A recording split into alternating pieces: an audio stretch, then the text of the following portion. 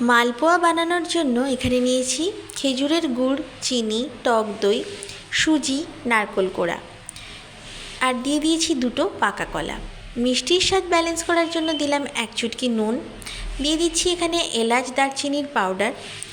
এবার দিয়ে দেব পরিমাণ মতো ময়দা। এবার ব্যাটারটা রেডি করার জন্য এখানে দিয়েছি জল আর সঙ্গে মিল্ক পাউডার। জল আর মিল্ক পাউডারের পরিবর্তে ইচ্ছে হলে দুধ দেওয়া যেতে পারে।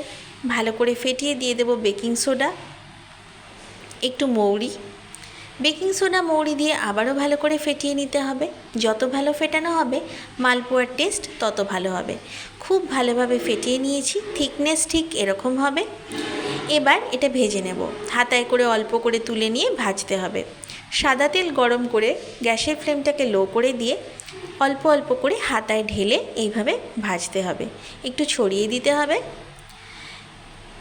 চারধার দিয়ে গরম তেলটা এইভাবে ছড়িয়ে দিতে হবে মালপোয়ার মধ্যে। গ্যাসের ফ্লেম লো আছে। একদিক হয়ে গেলে অন্যদিকে উল্টে দিতে হবে। কালার চেঞ্জ হলেই বুঝতে পারবেন ভাজাটা খুব ভালোভাবে হয়ে গেছে। ভেতর থেকে কাঁচা থেকে যেতে পারে, তাই খুব ভালো করে এপিট ওপিট করে এটা ভেজে নিতে হবে। ঠিক এই পদ্ধতিতে দেখতেই পাচ্ছেন মালপোয়াটা খুব সুন্দরভাবে ভাজা হয়েছে। এইভাবেই আমরা মালপোয়াটা রেডি করি বাড়িতে, আর আপনাদের সাথে আজকে সেই রেসিপিটাই শেয়ার করলাম। এর ফ্লেভার ভীষণ ভালো হয়।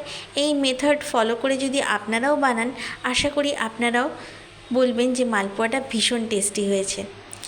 দেখতেই পাচ্ছেন খুব সুন্দরভাবে ভাজা হয়ে গেল। এই পদ্ধতি আপনারা ট্রাই করুন আর কমেন্ট করে আমাদের জানাবেন আপনাদের কেমন লাগলো।